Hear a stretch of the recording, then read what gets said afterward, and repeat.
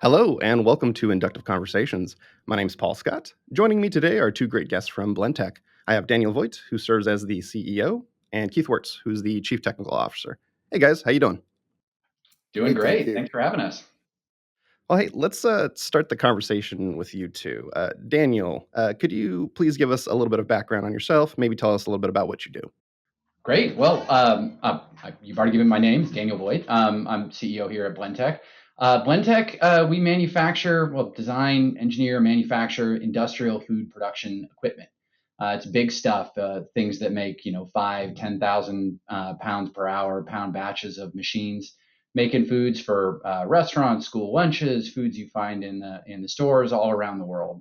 I myself, I'm a food scientist, food engineer by background. I've always been interested in cooking, always been interested in feeding people, and this is a great way of bringing my interests in technology as well as food to add value to the world. That's great. Well, hey, thanks for coming. Appreciate it. Keith, same thing. You want to go ahead and give us a little intro on you? Certainly. I'm a chemical engineer by background, and I've been in the industry for a long time. I didn't get this face by being a kid. So anyhow, I've got into the development of software for integration back in the 90s, and I sort of grew up in the times when your leader was in the industry developing and moving into ignition. And actually, what I did is as a integrator, I worked with Blentech a lot and a number of other companies. And I came in contact with Ignition in 2010 and fell in love with it. And so what happened is I developed my chops on Ignition during that time period. And then Dan and I got together in about 2017, and we recognized an opportunity. And that's what we're going to talk to you a little bit about today. Well, in fact, Keith and I also go back to about the year 2000 is when we did our first project together. We developed and automated and developed a continuous stir-fried egg fried rice line that we put in the UK. It was one of my first projects in the industry. Keith had been at it for a bit longer. But it actually kind of serves as a foundation of we know what it's like to automate equipment with technology that existed before what we're talking about, here today in your products. All right, cool. Well, hey, so we got a background on you two. Could you talk a little bit about Blentech? Maybe what the company does. What it's all about. Sure, absolutely. We were founded by the inventor of the mechanical grape harvester in 1986. In fact, that's why we're in Sonoma County. Was originally the company was going to make winery equipment. Daryl, the founder, hired a number of folks, and they said, "Hey, Daryl, not everybody drinks, but everybody eats." And he said, "That's a good point." And so, we got into industrial mixing, material handling equipment, but we got our break by moving into cooking equipment. We found the opportunity to cook, products like meats and things at scale. Right around the time in the 90s when people were becoming quite a bit more aware about the risks of food safety, the concerns that can happen when things like E. coli get into industrial meat flows, and people can get sick. Cooking processes in food are generally considered a critical control point, and as a result, it's an opportunity to help make food safer. As a company, what we do these days is we design, manufacture, automate, integrate, and start up these industrial systems. We mostly focus on cooking and cooling.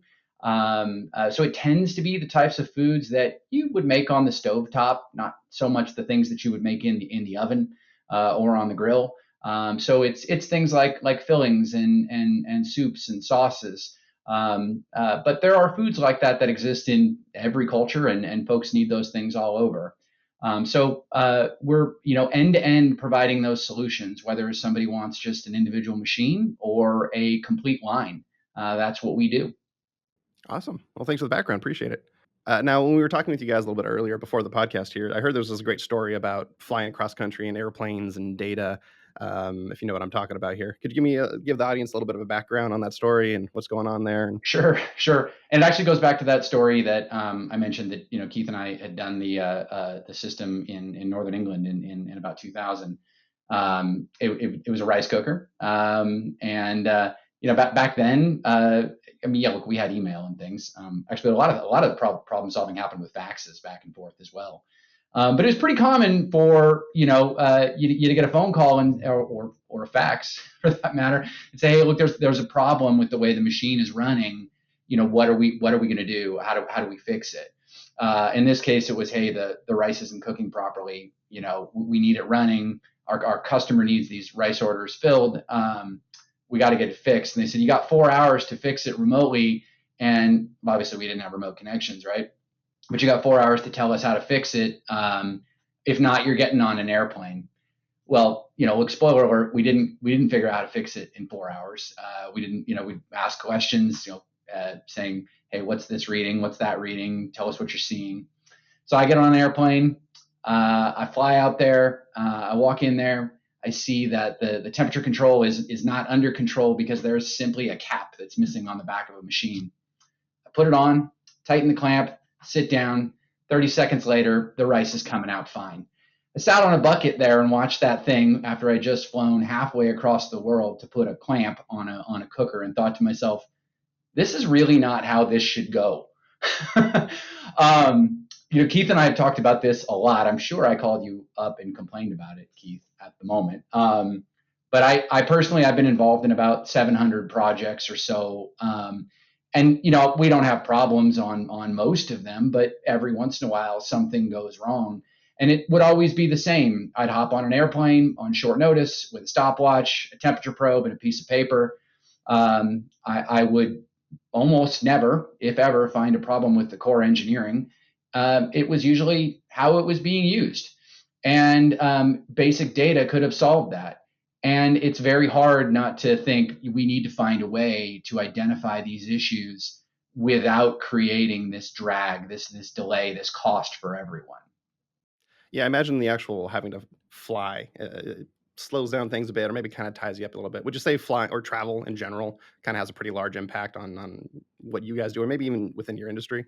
Well, look, it's an annoyance, right? But that's not really the issue. Like, I don't mind hopping on an airplane and getting where you need to go. But the real issue is the economics of it, both for the businesses and not even so much for us, but for our customers, as well as, look, the global impact, if you want to look at it from that perspective as well. But if your typical machine is running 5,000 to 10,000 pounds an hour, and those products are selling $2 to $3 a pound, every hour that it's not performing, someone's losing $10,000 to $30,000 in potential revenue per hour. You look at best, an airplane, even if it's in the United States, it's going to get you there in a day. When you consider all the travel costs, but these types of costs are baked into the overheads of organizations, and we all take it for granted that this is just the cost of doing business, but it doesn't have to be. And that omits the environmental impact that you have from having redundant industrial systems, or the cost of the fuel that brings you to and from it. It's just a cost that we all shouldn't have to bear. So you kind of mentioned a little bit earlier that just being aware of how people are doing things or what they're doing, sometimes that's sort of the core problem, or maybe something that needs to be sort of identified or monitored. Can you speak a little bit more to how contextual data can make an impact? Yeah, I think that's it. Because when you're on the phone, back in the year 2000, trying to ask why the rice isn't right, you're kind of you're spot asking questions, and you're trying to figure out what could it be. You're trying to diagnose a patient without seeing it. You don't have the inputs to solve it. Now, look, a lot of times you could solve it, but most of the time it took longer than it should have. And then that's where those costs came in. The context is, what happens when you do arrive, when you do fly there. The first thing you say is, can you walk me through what was happening? The next thing you ask is, what changed? It's always the same questions. And the thing is, that context is subtracted from the data set. So if you connect a system and have it streaming, you have to know the context of who made what decision. What were you trying to do in that moment to determine, what a resolution or a change might be to improve something in some way? Does that make sense? It does, yeah. Yeah. So I'm going to break the fourth wall a little bit. The next question we had on the outline sent to us was, what inspired you to see that context is important from data? Kind of feel like you touched upon that already. Did you have more you wanted to kind of elaborate on there, Dan, about that topic? Yeah, right on. So yeah, look, the way this kind of came to be, and Keith, you mentioned this. Keith was standing actually here in this office, and I was saying, hey, it's really frustrating that we still haven't found a way to have the information necessary to solve these problems quicker. In today's day and age, why can't we get connected to our machines remotely? And Keith said, well, Keith, what'd you say? I said, well, we can. It's really not a problem. It's just getting Right. people to open up. Right. And so I'm a food scientist and food engineer, so I don't know how to do that. I do know what to do with the data once I have it, but I don't necessarily know that aspect of it. So we set up something that we called the BRS. Is that what the original term is? Blentech reporting system. The remote monitoring system, something like that. And we were so excited. We got all this data coming across, and we're like, this is gonna solve everything. It didn't. In fact, I think it was neat. A few customers initially let us get connected. We set up that quick framework, but we would get the calls with questions, and they would say, "We're having this problem. We need more throughput, or we need this problem." And we're sifting through mountains of data, and it just didn't have the context. As an aside here, and another aspect of my life, I used to own a CrossFit gym. I ran a lot of obstacle course racing, a lot of Spartan races, and I spend a lot of time staring at my fitness tracker, and this is a Garmin, and so I set it up to program my runs. This morning I did a progression run where every mile it beeped and said, time to step up the pace. So it's kind of like automating my workouts. Well, this thing connects to a platform called Strava. Strava pulls that data up and it overlays context. In that case, it overlays the GPS data. It overlays segmented data. And I would sit there and I would look at my fitness activities, and I'd look at my heart rate or my speed, and I would think to myself, that looks a lot like a temperature profile on cooking food. How come we don't have data in a context like this? Obviously not the same context, but relevant to what matters in industrial food production. Awesome. All right. Well, so you guys have two platforms, and we'll take a look at some of them later today. You have Artis, and then you have AutoChef 2.0. What inspired you to make those, and how did Ignition help with that? Okay, so what happened is, like Dan said, we needed contextualization, and we had an AutoChef 1 from 20 years ago that was written in panel view, and it was sluggish, to be exact, and it was also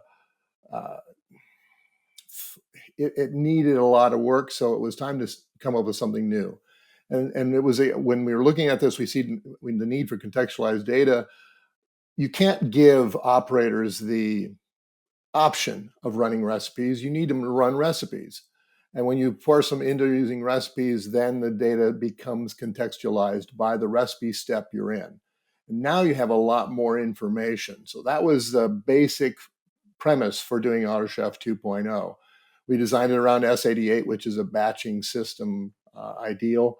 And that's how that system was built. And at the same time, now that we had contextualized data, Artis came into existence as a way of collecting that data and putting it in context in advanced tool form. In other words, on the operator floor, the HMI is not the place to put the analytics that you're trying to do. The operator is just trying to make a batch. So that's what they should be doing. But someone else should be looking at the data and using all these powerful tools that exist to actually help them improve their productivity. So that was the germination point for us. I see. Awesome. I'm glad you explained AutoChef 1.0. I was going to ask. I was just curious, like, I wonder what the first iteration was. So that's great. No, thank you. So you have artists, you have AutoChef 2.0. How do those two interact with each other? How do they integrate with each other? Well, okay, so taking Dan's example of the fitness tracker, this is perfect because he described it, and as he describes it, I can tell you what you have is the first part is a recipe. So you have to have a good system to build a recipe. Dan builds a race on his Strava. He builds what he's going to be doing. We build a recipe for how we're going to cook mac and cheese. And then we take that recipe and we run that recipe like he runs his race, and you see the mac and cheese going through its various steps. And every time a step occurs, something is happening. We're instructing the operator to do stuff, add this, do this, or the machine itself is doing things. But because we know what step we're in, we know what's supposed to be happening.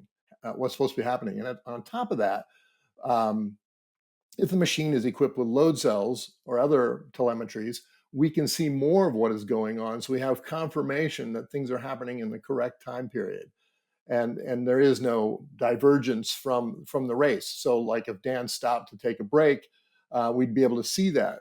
If an operator doesn't add the ingredient at the right time, we'll see it in the weight, and we'll know that this was not done at the right time, and we can actually catch that and report it and say this wasn't done at the right time, or this step took too long.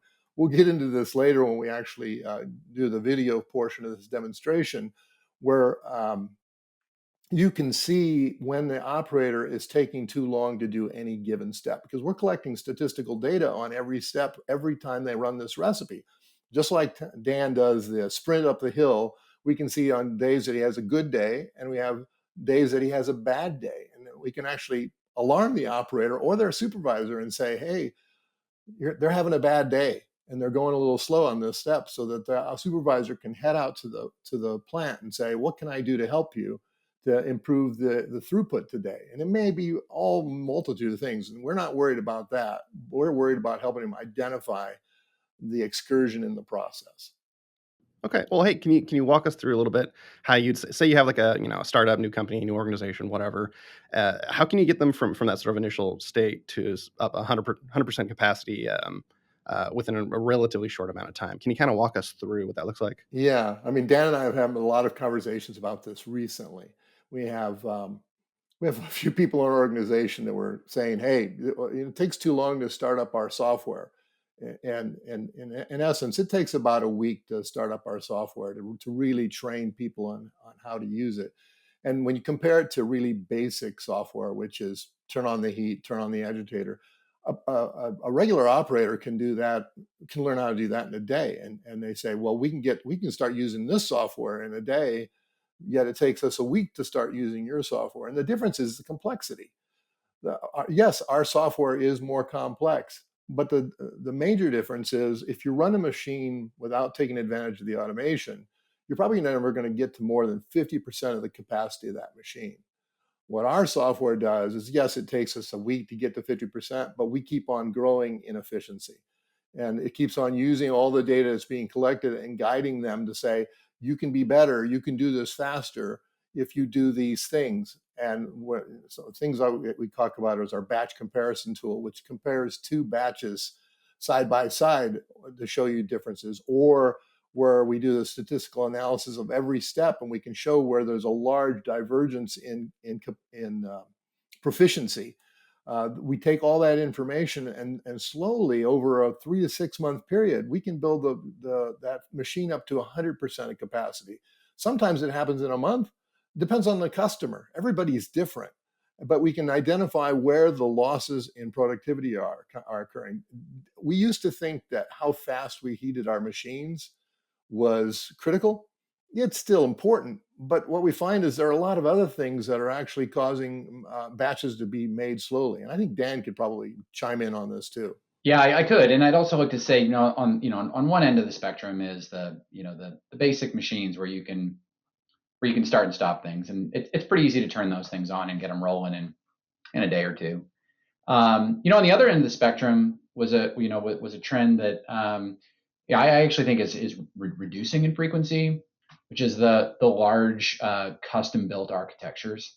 Where somebody is building their own custom recipe engine, which I've seen people do it, and I've seen them be successful over time. But I've also seen some of those systems take months, if not years, to get up to speed as they work through the bugs of the 0.0 rev, right, and get up to the point 2 or 2.0. So what we're recognizing and what we've done is that there is a standardizable approach for recipe control that is modular and deployable, that gives you the advantage that you could theoretically get from a custom architecture, but you can get it in fractions of the time. So it's kind of the best of both worlds in that way. But look, absolutely. Keith mentioned that when the speed in which things heated up when I started in the industry 24 years ago. I started in the technical sales arena, and they said, "Hey Dan, we're going to go to trade shows. We're going to talk to people about the value of our machines." And I said, "Great, let's do it. What are the values of the machines?" And they said, "Well, they cook 35-40% faster than a kettle." Now that's great. That means they can cook more food. So look, I diligently went to the shows, and look, it's true. It can absolutely heat up 30 to 40% faster than a kettle. I think it's fantastic. But the thing is, in a lot of foods, that doesn't matter, because the speed in which you're adding things, the sampling of the quality control. Now, look, I mean, I don't want to walk away from the extra 5 or 6 minutes of production you can get from that, but a well-architected recipe control system can get you just as much. So, at Blentech, we believe that we're in the business of providing capacity. Our goal is to provide access to the equipment that creates high quality foods at high speeds. If we can find a solution that includes software on legacy equipment and gets them more production, so they don't have to buy another cooker, that's a win. That's a win from our perspective. Yeah, thanks. All right, let's change things up a little bit. How have you two, since you have these sort of platforms you're trying to provide to your customers, how do you approach security, and has Ignition sort of helped with that? Oh, well, security is paramount. It's probably the thing I think about more every day than anything else I do. And ignition has been really key to that. There's various levels of ignition, and I'm not going to delve too different into our platform, because one of the keys to good security is to not talk about what you're doing too much.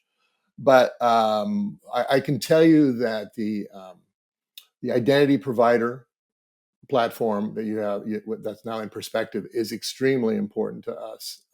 Using key fobs for us, we use either Google Titans or YubiKeys to sign in. Nobody gets on our platforms without it. Our customers, no, they don't need that. They have their own logins. But for those of us who are developers who have basically the keys to the data, we need to be able to make sure it stays extremely safe, cannot be touched by anybody. So I think we really have that nailed. By the way, I'm really excited. Here's a good plug. I think it's 8.1.16 that just came out. Was that the new one that just came out? The additional login that you have in there now, that you can have a supervisor authenticate a step. I'm excited about that. I mean, that's going to roll right into our equipment, because it's just a nicer way of doing it that we didn't have before. So I'm looking forward to putting that in. Yeah, if I can interact with you a little bit, I'm excited with that too. No, I saw that feature. I was like, this is great. We've been wanting something like this and perspective for a long time. I'm glad to hear that you're excited about it as well. Yeah, no, I'm sure it's going to help out quite a bit on the security front for sure. Our team, my other team members, got back to me right away. Did you see this? So yeah, we're pumped about that. Yeah, security ignition has been really helpful in that area, and I just couldn't imagine. We started out with doing vision, and we are trying to do vision in the cloud, and of course you can do that, but it's just not as secure. I couldn't secure it. And when Perspective came out, I committed to, talk to Dan. I said, I really want to commit to this on our cloud-based platform because we have to have this level of security that's going to come with it and a way of tying it down. So that was really important for us to when perspective came out to be able to shift to that. And the other thing is in the world of security is MQTT. MQTT wasn't really ready for prime time on Ignition 5 years ago. And so we didn't actually go with it for a long time, but we have been doing more and more of it. And it is in much better shape and very easy to use now. So that is becoming the de facto method for handling a lot of our data transmission. That's awesome. Glad to hear it. That's great. All right. So what is Blentech's business approach, and what tools have you developed to achieve those goals? I'm trying to figure out how to attack this question here directly because there's a lot of ways we approach the market. But we work with the customers from this initial inquiry where they'll call up and they'll say, "Hey, look, I want to make several thousand pounds per hour of some product." It could be hey, I've got a special mac and cheese, and it's really important recipe. We've got this loyal base, but we need to make a lot more of it. How are we going to do it? Or it could be somebody who wants to bring something new to the market.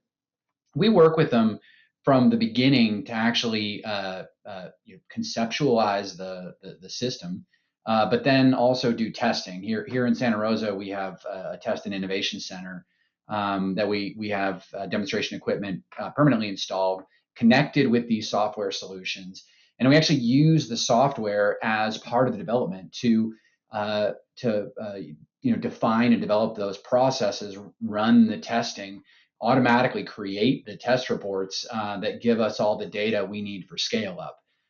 So at the core of this is people need to see it, get that they get peace of mind through proof of concept. But then that data we get at the testing, we need to be able to, as engineers, help them use that information on their behalf to scale that equipment up and figure out what the throughputs are going to be at full scale so that their business plan comes to fruition with the appropriate cash flows and the appropriate time frame and so on and so forth. So, from there on out, we get involved in actual system engineering, design of the equipment, the manufacture of the equipment, and then physically go on site in most cases and start it up and train them. And then our equipment is in use for usually decades.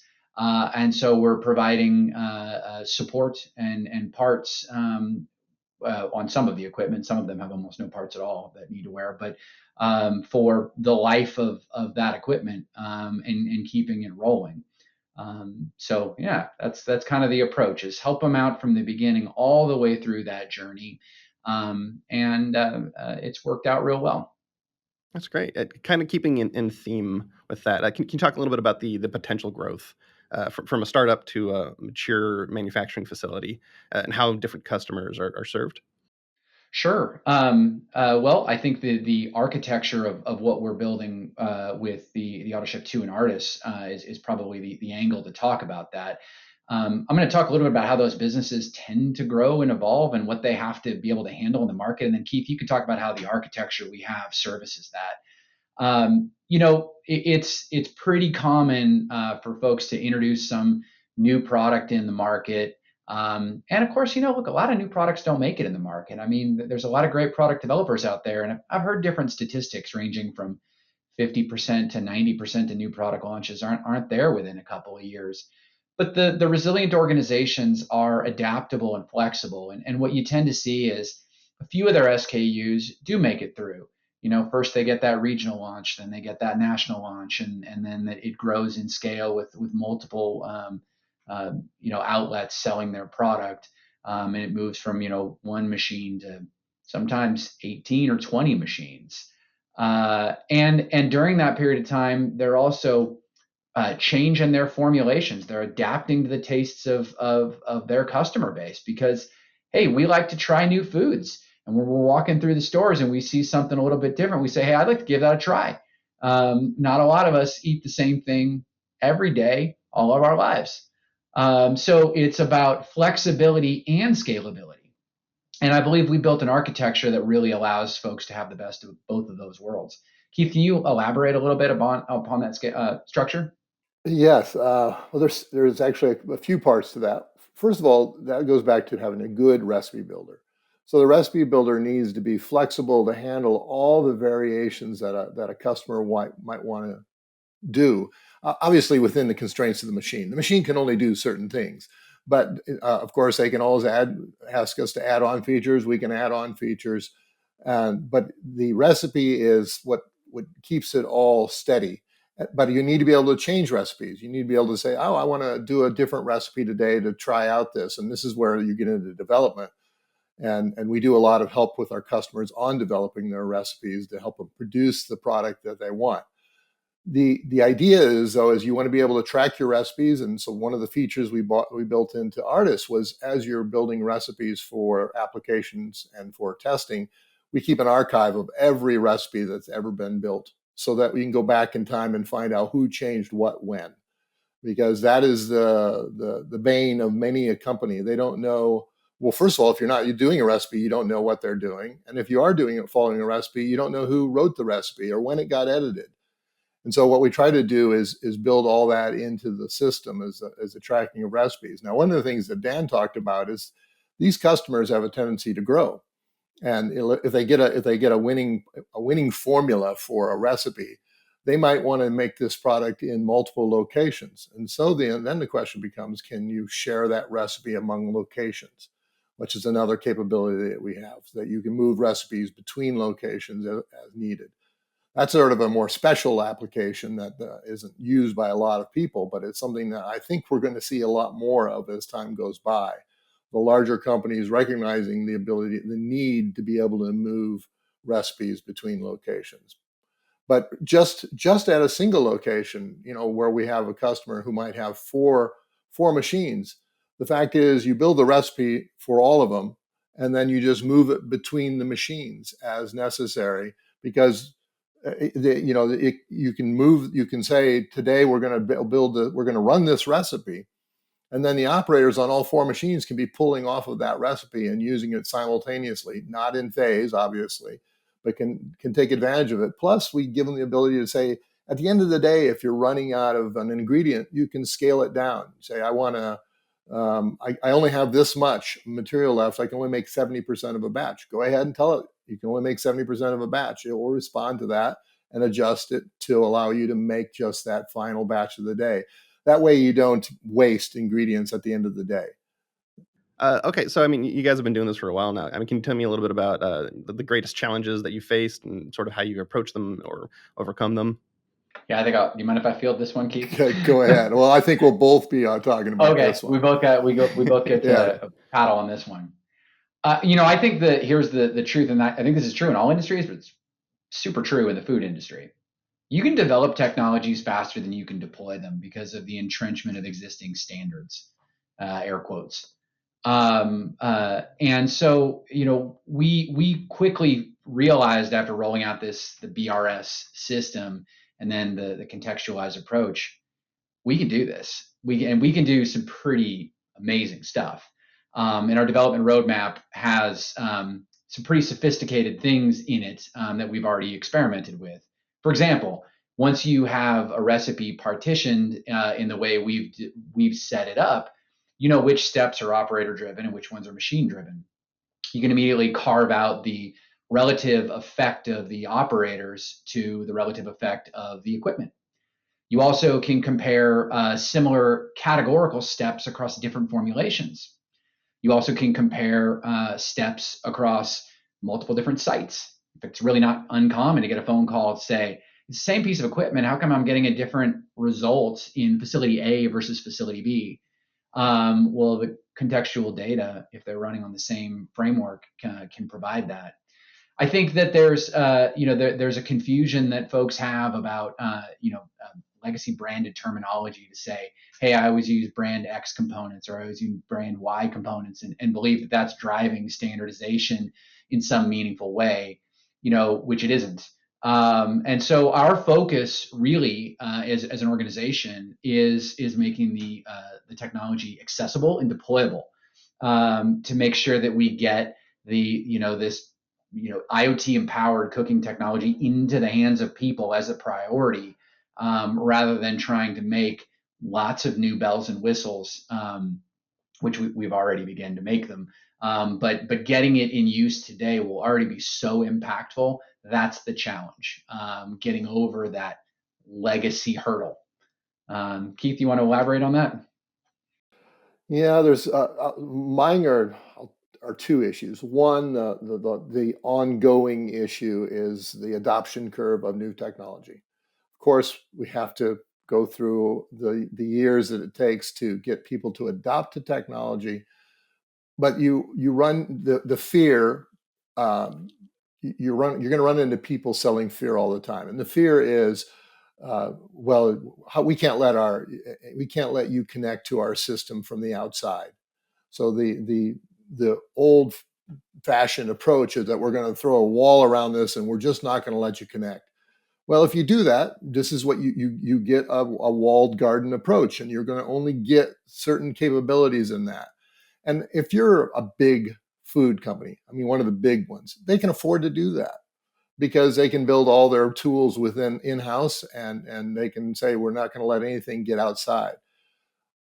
Well, really, they can't, because the tools they build are pretty subpar. They just don't have the insight into the equipment to know what is important. So they build these subpar analytical systems that are just analyzing a trend, and they don't really learn anything from it. And so they don't want to share, but and they believe that they have it under control. So we never get anywhere. And I've sort of said they'll catch up eventually. I'm targeting more of the mid-size and smaller size companies who don't have that horsepower in-house, who can benefit from what we're doing, but they have to come to grips with, yes, this is a new world. We're in the world of IoT now, and you have to accept that we're in the world of IoT. And if you can't, well, we're going to have an issue, and it takes some time. I mean, I spent a lot of time talking to IT people, but actually, they're not too bad. Actually, when you get to talking to IT people, they go, "Yeah, we can do that." It's more a problem when you have this entrenched mindset, actually at the OT level, who says we're not going to let this happen. That usually is where it gets killed. And if I can convince the IT people to convince the OT people, then we can make things happen. That is probably the first big challenge. And the second big challenge is, of course, Dan was alluding to it in a way, and that is availability of parts. Parts right now, i.e., the supply chain disruptions, makes it difficult. And what PLC you can get and what VFD you can get. This is not an issue for Ignition, but it's certainly an issue for us from the hardware point of view. Just getting the stuff we need. Yeah. Kind of touching to the point you were bringing up there, Keith. I mean, a lot of the times when you're updating like a customer's, whatever, you're giving them a new solution or what have you, sometimes you do have to bring in new tech, right? So can you talk about that? Are there any sort of like hidden costs or sort of uh, topics or points you kind of want to bring up in regards to digital transformation? Well, it's a point of consternation. Let me put it this way: it's a point of consternation for my software developers, because I am wanting to push our existing customers forward, and we're actually moving the platform, and of course that's rather frustrating. They'd like to leave it alone, but if I leave them alone, then I'm not really moving this whole platform forward for Blendtec. Blendtec needs to be, well, Dan, to Dan's point, we need to be ahead, but we can't be too far ahead. But at the same time, for instance, a lot of our stuff was done in Vision on the HMI side of the business, and there's an opportunity now with this new login capability in 8.1.6 that allows us to do things that I think that we really should do. So at some point, we have to have a discussion: do we move forward? And when we move forward, do we bring the existing customers forward with us? And that's an expense. There's certainly an expense to it, and the expense is not so much hardware; it's mindware. It's the ability to focus on this and bring these people all forward in a very controlled manner. because you can't bring them all forward on day one. It's not like we roll out an Android update and we can throw this out to 50 customers in a day. You have to roll it forward one at a time, and that takes time. But in the end, the customers end up being benefited by this constantly improving platform, and of course they end up liking it, but there's a cost to that, so that's part of the balance. I think the analogy that I have with respect to the digital transformation is, yes, there are hidden costs associated with it, but there's also an approach that you can take to digitally transform a legacy enterprise, and you really don't need to look any further than kind of what folks do when they own an older home and they want to start using some of the smart technologies that are used in their home. You don't have to rip all the wires out of the wall to automate a couple lights. There's a variety of ways of doing it. You can change out a couple plugs and get a controller hub, and do these things. So I think there's sometimes this all or nothing mentality, which really isn't appropriate. You can point by point attack this. And on the flip side of things, I think folks tend to approach digital transformation saying, hey, look, I've already got the hardware. What I'll just do is I'll connect it, look at the data, and I'll slap a machine learning algorithm on it or something, and all of a sudden, insights. And I don't know how many times I've been on a call with somebody who's done that, and they put flawed data into it, and produced flawed outputs because they didn't use context to extract non-meaningful data. If it's possible, I think the visual display of our system and our architecture would provide the perspective, here in this, in this forum, to show exactly how that can be done with our framework. But also to go back to Keith's point about kind of putting the walls up around organizations. You go that direction, and although it's possible to accomplish that on your own, you limit the ability to leverage the learnings of equipment suppliers, and you end up with those startup timelines that can take longer because you're having to go through the learning curve that others learned, and that's the price of isolation, I suppose. But again, it's through the demonstration of our technology that you really get it. And so, if it's at all possible, it would be pretty great to share that. Well, guys, you've been doing great answering my questions. Maybe I kind of want to open the floor a little bit. Is there anything you wanted to share with our audience? I was thinking about what Dan was talking about, the machine learning algorithm, and also a few other things. And one of the things that comes out of this type of data is the ability to do digital twins. We now, with all this data that we're forming, and digital twins it's sort of a hot term that's been around for a few years now. It really is a real thing because we now have all this data on a customer's application. We can build them a digital twin that will predict in advance how long a recipe should take to run. So if they build a recipe, we should be able to come back to them. I haven't done it yet, but we can do it. This is one of those things that Dan had talked about. I don't want to get too far ahead, but if someone out there is saying, well, I'd really like to know how long this recipe is going to take to do, just start using this system and it should be able to predict for you how long this recipe will take to produce. Well, and it needed the contextualized steps in order to make that feasible.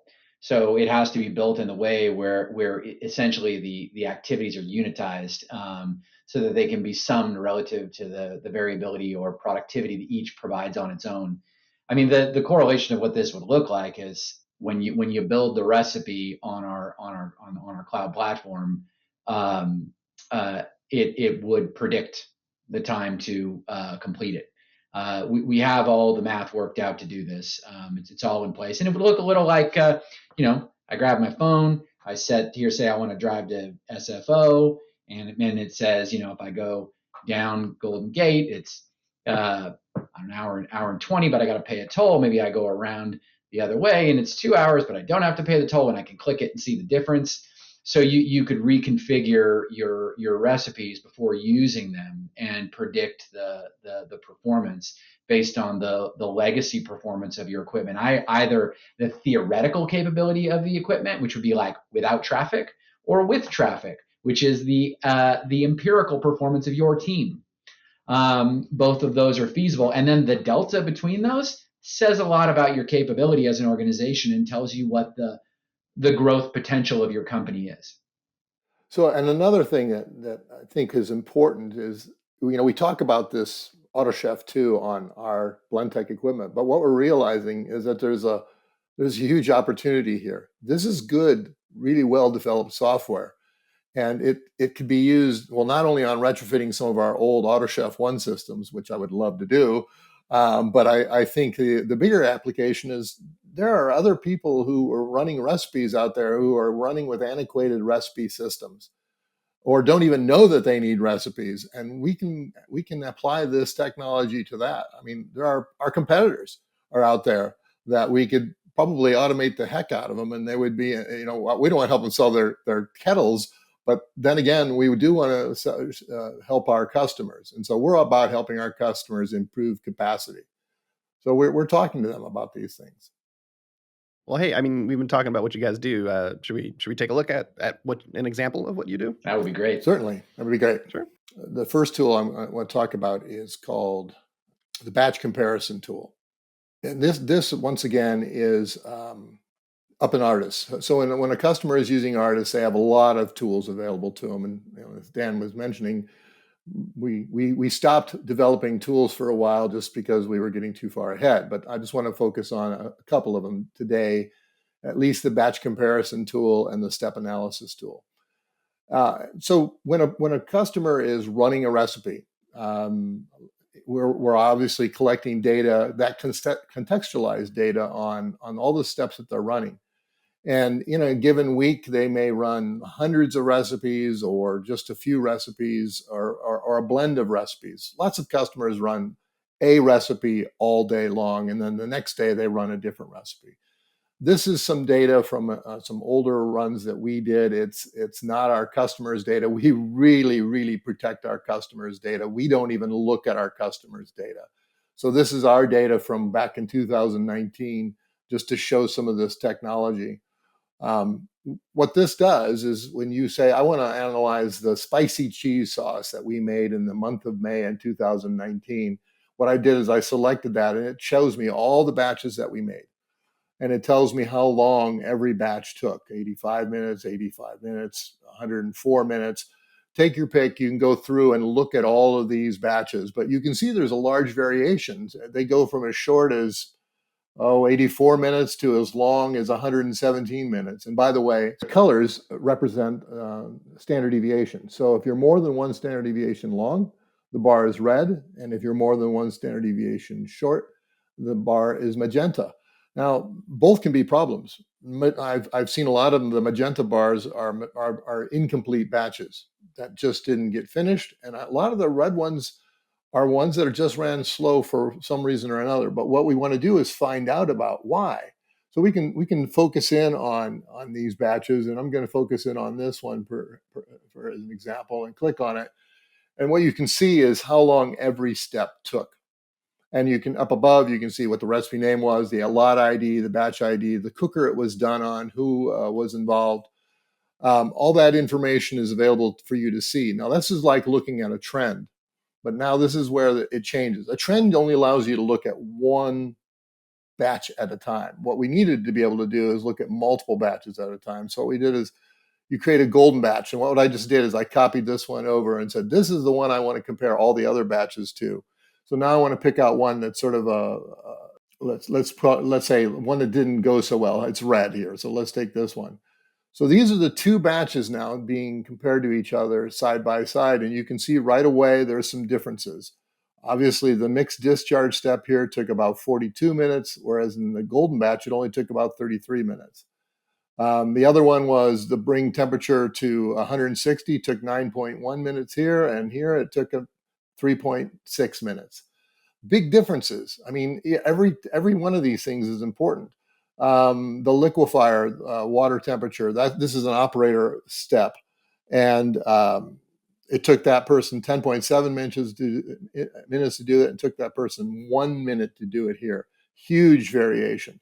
This type of information is the stuff that we use during those first 2 months after startup to help the customer go from that 50% capacity to 100% capacity, because we can zone in on this and identify exactly where they're having troubles in their various steps. This is a supervisor management tool that allows the supervisor to guide the user. Now, in this case, both the operators were B. Reynolds, but very often you're having maybe 4 machines and you've got different operators running the machine. The supervisor can say, listen, you're having troubles with your batches, and we can see that it revolves around this step. And then they can coach them on that. So then we've taken this concept even further, and this is a tool that's used in 2 different ways, and I want to focus on both of them. And this is called a step analysis tool. Once again, I want to go back to the May of 2019 data.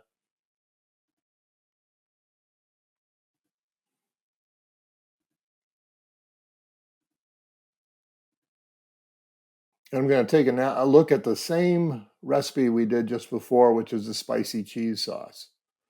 Now, here's a little different view of that data. This is looking at this data from a statistical point of view. We've analyzed all the batches, all those 35 batches by step, and then put up their mean, how long the average step time was for each step. Plus, we add a color and a size. So the color tells you if you have a large amount of variance in the process. So coefficient of variance is the standard deviation divided by the mean. So if you've got a big COV going, we make the dot red. So even though this dot here is smaller than this one over here, this one has a coefficient of variance of 0.16. This one has a 0.43. That's why this one's red and this one's magenta. Because, of course, the standard deviation is going to get bigger the longer the step takes. But what's really important is how long it takes relative to the average. So this tool allows the user, which is typically your supervisor or your quality control person, to click on this, like this step number 5, and we can see all the variation in step time. And you can see there's a huge variation in the step time, from as little as this one over here was 2 minutes, to as much as this gray bar, which is 14 minutes. Now, what the gray bars are, by the way, is if you do anything with statistical analysis, you have to throw out your outliers, or they throw your data off completely. So we have an outlier filter throwing those off. And I'm not even paying attention to those when I'm analyzing the data. But this tool tells you that you have an out of control step. And this is really now focusing on why am I having this type of variation in a step. And so think about it. What we just said is that over here, we said that the average step time is 4.5 minutes, but we know we can do this step in 2 minutes. So why aren't we doing this step always in 2 minutes? And so this is a training tool. You just start to focus on the operator. We need to get this step done faster. And you can do this with every step. Now, the next advancement for this is, well, we do want people looking at this data, but once they look at this data, they're going to say to us, well, how do we get our operators to do all their steps in the minimal amount of time? And then, so we have a tool for that we actually turn on their AutoChef 2 system. And then when you turn that tool on the AutoChef 2 system, it starts to collect data while they're running a batch. So as they're running this step 5, well, we know that the average step time is 4.5 minutes. When it gets to basically standard deviation plus the average step time plus a factor, because the statistics requires it. Anyhow, if you start to do that, you turn this tool on, it will then notify the operator when they're falling behind on a step, and it will notify the supervisor on a different time scale. In other words, if the operator will just get a flashing green light saying, hey, the step's running a little bit slow, but the supervisor will get basically a text message saying, operator on this machine is having difficulty with this step. You might want to go check on it. So what you can do is you don't have to be there all the time. You only have to be there when there's a need. And I want to diverge a little bit from this. What we run into, and I think everybody in all industries are running into it now, are the ability to hire trained operators. We can't get trained operators anymore.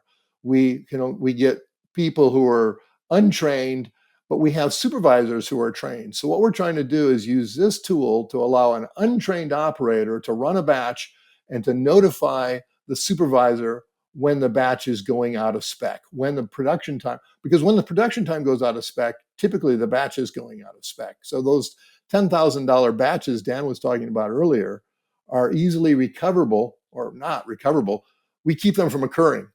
We keep those $10,000 losses from occurring because we catch the batch going out of specification before it goes out of specification. And this tool is extremely, extremely valuable for that. Yeah, and when you're talking $10,000 per batch, even the difference between the mean and the outlier condition, which although we filtered it out for this analysis, it very much occurs.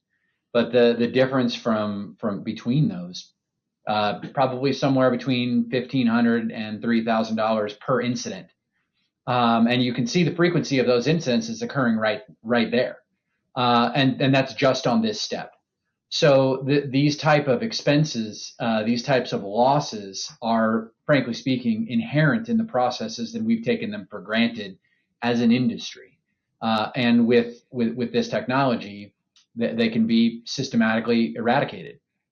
That alarming the supervisor tool is a really big deal. That one is, I think, a game changer.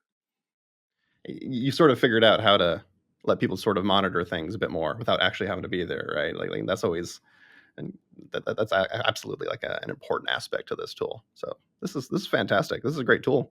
I've seen a lot of sort of over the years, a lot of different sort of custom implementations of like recipe systems or analysis tools, and a lot of the times they're very much bespoke sort of tools. But it seems like you guys went out of your way to try to make this something that is portable, as we were talking about a little bit earlier. This is something you can kind of drop into different sort of or provide to different customers, and it can provide a lot of value to them. It looks great so far. Yeah, I think what we realized through 20 years of taking phone calls and having to solve those problems by getting on airplanes is there is a pattern. The analysis that you do to resolve these issues is the same, and if that pattern exists, it should be automated, because that's how you can create that value.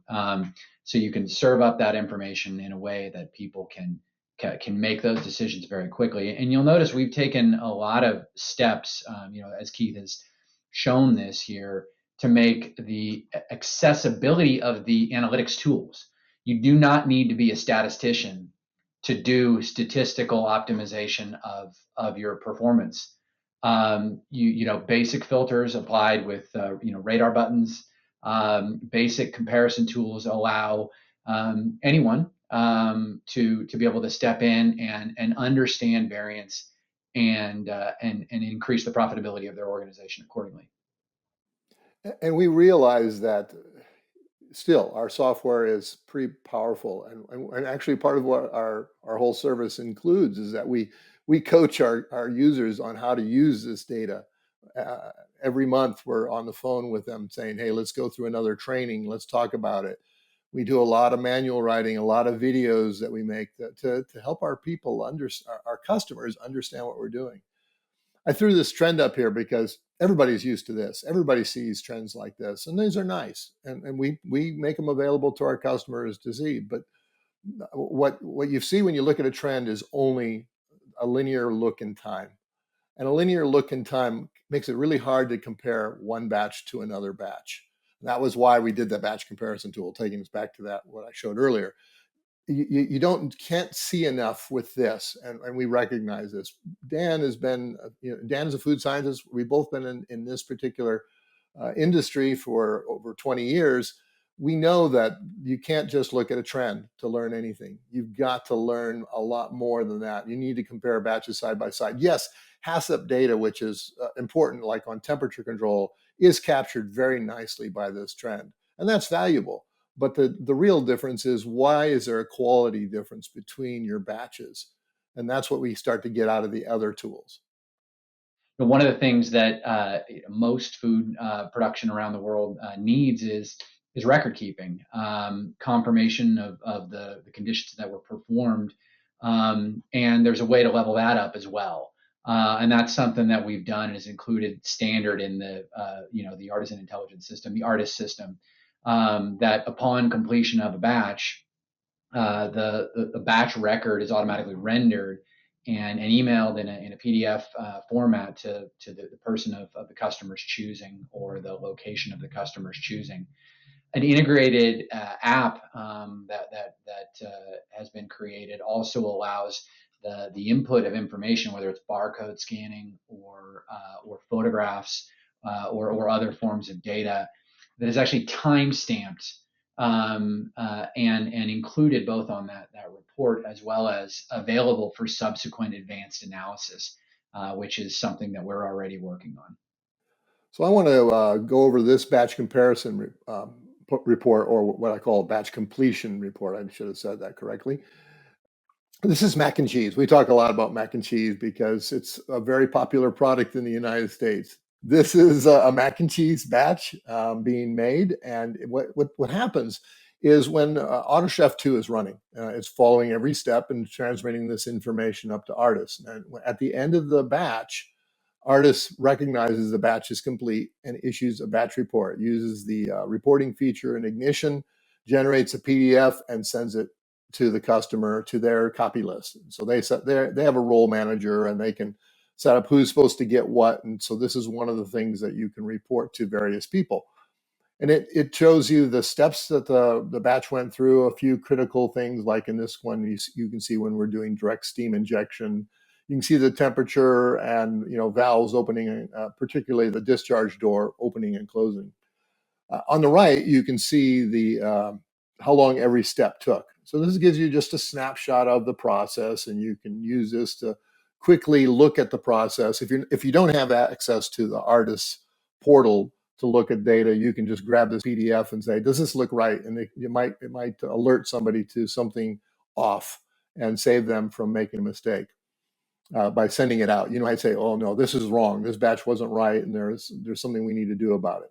Also in this batch report is we collect all the weight that is going through the system. So you can see how they're doing ingredient additions, and the weight is slowly building up. And then you can see the discharge and where they end up with 36 pounds of material left in the cooker at the end of the batch. Lastly, I'm going to scroll back up. You can see where Dan was talking about Artis Assist. These black lines on here, this is when Artis Assist was being used to capture an image. So if we scroll down, we can actually see the images that were captured during this batch.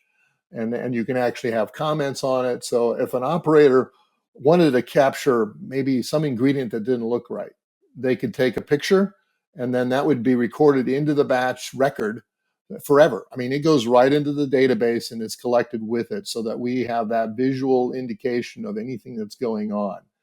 And on top of that, by the way, we can use this Artis Assist app to scan barcodes.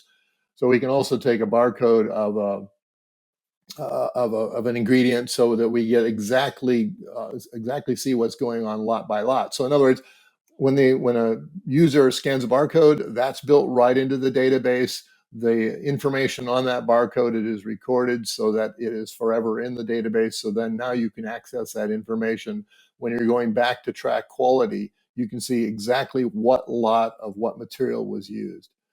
So this Artis Assist tool is pretty nice, and it wasn't possible until we incorporated perspective.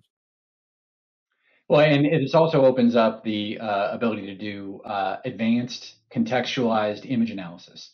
If images are taken in a controlled manner, there's a huge potential of image analysis with that data, provided the data is there, the context, how that image was taken, under what circumstances. You can do some pretty powerful things with it. So that's some of the things we're experimenting with as well. A lot of companies appreciate this batch reporting to drive their day-to-day production, as well as confirmation of compliance with their HACCP programs. And the systems can be configured with confirmation of temperature probe calibration for HACCP compliance and governmental compliance. This particular report does not show that, but when that feature is enabled, it's on there. As Dan mentioned earlier, we keep on advancing so fast that if I had a more up-to-date one, I would probably be showing those new features that are on there. And if you come back and take look at a batch report in 3 months from now, it might even be more advanced than it is. Or just come visit us at the Blentech Innovation Center. That's a good idea. There are so many things that you can show that we go on forever and ever. But if someone wants to talk about it more, they should probably just talk to us directly. All right. Well, I guess we'll wrap it up here. Dan, Keith, thank you very much for joining us today and sort of sharing a bit of what you guys have been working on here. Fantastic. This seems like a great solution. So thanks again for coming on here. Thank you. Thank you for having us.